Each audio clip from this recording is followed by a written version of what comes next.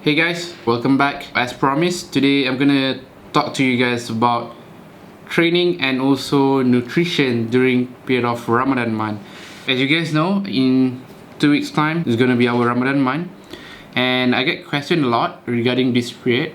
Before we start, I would like to share with you guys that whatever information and also tips that we're gonna tell later on is basically an opinion of mine and also whatever research that I've done in the past and gone through.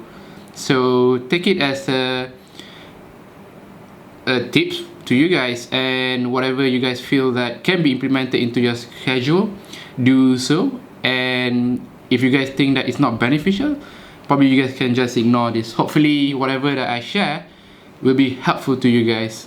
Alright, so let's begin. First question I get asked is that Faiz Ariffin, how do we train during Ramadan month? Or a better question would be, when is the optimum time should we train during this period? So alright, there will be two slots.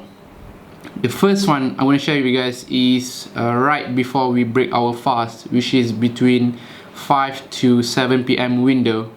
And during this period when we train, of course it will be at our weakest point. If you are living towards Europe country or up north, probably you'll be fasting close to probably 12 hours or 13 hours or even longer, since in that part of the country it's going to be more towards winter. It's going to be towards summer, so you're going to have a longer daytime over there. And during this period, which is, like I mentioned a while ago, 5 to 7, you'll be pretty much hungry, your tummy will be empty, and also you'll be very dehydrated. Why I say is good timing to train is that when you train during this period, your body is basically empty, and whatever kind of training that you do during this period, you will basically tap into the fat storage and also utilize any fat sources as energy. Hence, you can burn fats much more efficiently, and possibly you'll be able to stay lean even more optimally. But then again, there will be a limitation during this period if you were to train, is that you won't be able to train optimally as how you were to train during non-fasting period. Make sense? Reason being, of course, because your muscle is not properly hydrated with H2O. In other words, will be your water intake will be low, and basically our muscle is 60 to 70% water. So if you don't have sufficient water inside our muscle glycogen, we are unable to train efficiently. Alright, to those that would like to maintain muscle mass during this period, will be a bit more challenging, as you are unable to train as how intense as you were when you are not fasting. Alright, so during this period, if you are busy to train after breaking fast due to probably a lot of other commitment and also our Tarawih prayers, so probably the best time will be between 5 to 7 p.m. Make sense? Another time, the best time to train will be right after you done your Tarawih prayers. That will be around 10:30 to close to midnight timing. Like myself, I will be in the category right after I've done my Tarawih prayers. The reason being why I say it's optimum to train during those periods is that of course you have done your Tarawih prayers, so you get a good deed there. On top of that, reason being is that when you break your fast, you will have your meal, alright, and at the same time you will hydrate yourself with sufficient amount of water. By then, an example, let's say you live in Asian region, so you break your fast at 7:30 p.m. alright, and when you train at 10, around 10 to 10:30 p.m., by the time you eat your food, then you will have your food digested, and you will have sufficient amount of liquid, which is your water intake, slowly hydrated into your system over the course of 2 hours and a half after you have break your fast. So by then your body will be optimum and recuperate to perform efficiently in the gym. Like myself and few other athletes that I know of that focus mainly towards muscle retention and also to probably build muscle and maintain performance, what we find that our optimum is during this period, 10:30 p.m. onwards, after we have had our meal when we break our fast, and probably a small meal right before we train. Reason being, yeah, as I mentioned, you are able to sustain your performance much more efficiently. Your muscle will be hydrated, and when your muscle is fully hydrated, your strength will be maintained, and you are able to perform as how you would to perform when you are not fasting. Alright, so what kind of training program should we do during this Ramadan period? My advice to those of you guys that would like to burn fat much more efficiently, if you guys were to train between the 5 to 7 p.m. window, do note that this 5 to 7 p.m. window applies to those people that living in Malaysia and probably around this Asia region, not to those that are living more towards Europe country or US, since over there the daytime is going to be longer. So 5 to 7 p.m. still a long way to go to breaking your fast, so you guys have to adjust on that, the timing, right, probably before you break your fast. And if it's too long, since the fasting month will be longer due to the summer period, probably I would advise for you guys to train right after you break your fast. Alright, so getting back to the question, what kind of training I would advise, stick to high intensity training, more circuit kind of style. What I meant by circuit training kind of style is that probably you can have like 3 to 4 exercises and then perform it back to back. An example, you can start off with flat barbell bench press and then move on to dumbbell overhead press, and also squat and a bit of bicep curl, and you perform that routine in a way that you do it back to back with minimal rest time. So probably after you do one exercise, and then you right away go to the next and then the next until you reach the last exercise, and then you take a short break for about probably 60 seconds or 90 seconds, and then you go back to the first routine and perform it about 4 sets to 5 sets. But the challenge part about that kind of routine is that you feel very depleted, very dehydrated and very weak. Reason being is that when you train, as I mentioned, between 5 to 7 p.m. Right before you break your fast, you are at a point whereby you are the weakest. The reason being is because, like I said, you don't have any food in your tummy, and so your muscle is not fully hydrated. When your muscle is not fully hydrated, you're unable to perform efficiently as how you were when you are fully hydrated during non-fasting period. Make sense? But then again, the benefit is that whatever calories that you burn, whatever energy that you utilize, will basically be taken up from your fat storage to provide as energy. Alright, so you guys can do that.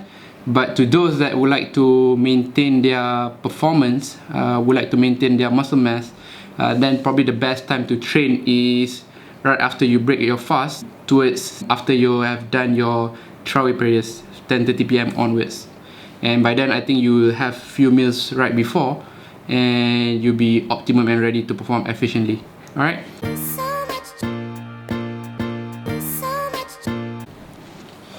Alright, so now I'm going to share with you guys how to diet during Ramadan period. Some people, they say during Ramadan period is the best time to lose weight. It's true, but then again it's also quite challenging, as Ramadan period is the period whereby a lot of people, if you live in Malaysia, I think you guys will know this, is a period where there will be a lot of food that are very high in calories and also sugar. An example, all these sweet cakes, kueh, fried food that they sell at the bazaar, where people gather to sell a lot of kueh mueh. So that's the challenge part, actually, to be honest, during this Ramadan period. And some people actually gain weight during this period. So my advice is still willpower, how bad you really want to lose weight during this period. Of course, the food choices that I would advise during this period is stick to the food that are the conventional healthy food, like sweet potato, brown rice, basmati rice, lean chicken breast, grilled, baked chicken breast, fishes, salmon. What else? We have eggs, we have pasta, or yeah, basically fruits, vegetables for sure. Yeah, stick to the food that are healthy. But then again, the key is that to know how many calories that you are eating. An example, if you need 2,500 calories to maintain your weight, in order for you to lose weight is to eat lesser than what you normally eat. All right, so probably what you can start off with eating 2,200 calories, so you'll be at 300 calories deficit, and over a period of weeks you will definitely lose weight. But be careful, sometimes you lose weight is not really your body weight, it could be your water weight. So ensure that you are drinking water optimally. Stay hydrated and have a minimum of at least 6 liters of water per day. In general, just eat lesser calories, but stick to the healthy choices and try to stay away from the food that are very high calories dense, especially when you break your fast. Those periods are the period where your cravings is very high and your willpower will be very low, and whatever that you see on the table, you're basically gonna go crazy on it. So stay consistent and try to stick to more healthy food choices. Likewise with dates, which is going to be very easily available during this period. Try not to go crazy on it. Definitely dates is a superb food. Is very high in potassium, fiber, and also a good complex carbohydrate, and also it's sweet. But then again, the challenge is that because the dates, even the small one, the calories is on the high end. This one small date, the carbohydrate can be anywhere between 15 to 25 grams of carbohydrate. It can be addictive and it's easily consumed. You can probably hit up to like 5 onwards. So if it adds up, it's going to be on the high end in terms of calories intake. So be careful on that, and instead of going too much on that, probably you can stick to 2-3 pieces per day, or whatever that fits into your calories intake per day. Alright, meal frequency, you don't have to be too crazy. As long you fit your calories intake per day, you are fine. An example, if you have 2,000 calories, how you can do is that you can probably split it into 4 meals, one after when you are breaking your fast. So you can split it into 4 equal calories intake. So 2,000 you can do 500, 500, 500, 500. One after you break your fast, another 500 calories right before you train, and another 500 right after you train, and another one during your sahur period.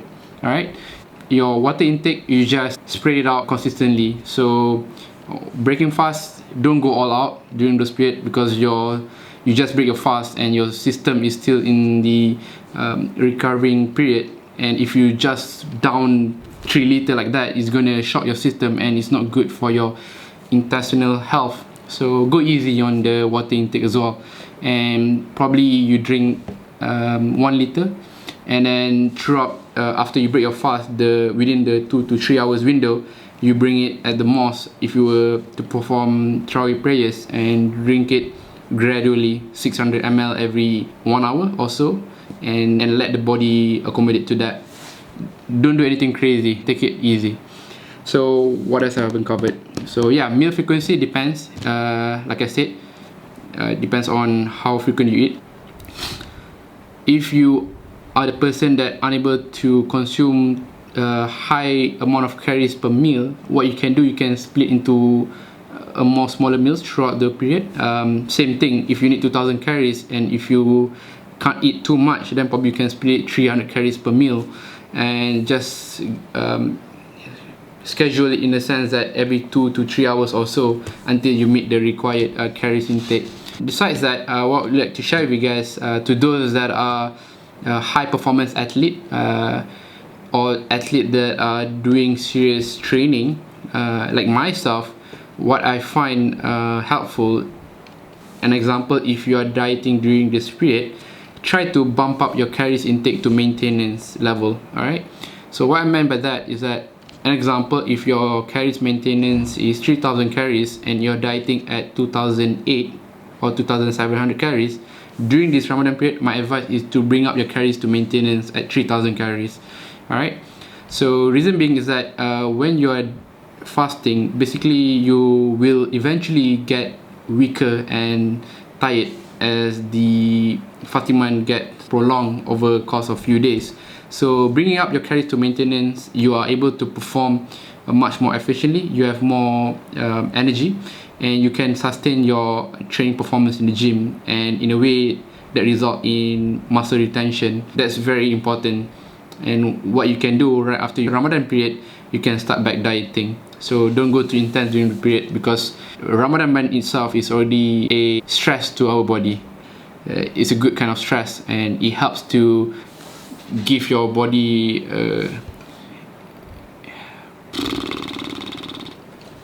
so yeah, I guess I pretty much covered all the important areas. Hopefully that helps. And yeah, so do have a good Ramadan month. Inshallah, whatever good deeds that you guys are doing during this period are blessed by Allah. And yeah, pretty much it. Hopefully whatever that I mentioned is beneficial to you guys, and you guys can take few tips here and there and implement into your schedule. Alright, so yeah, pretty much it. Thanks for watching, guys. All the best.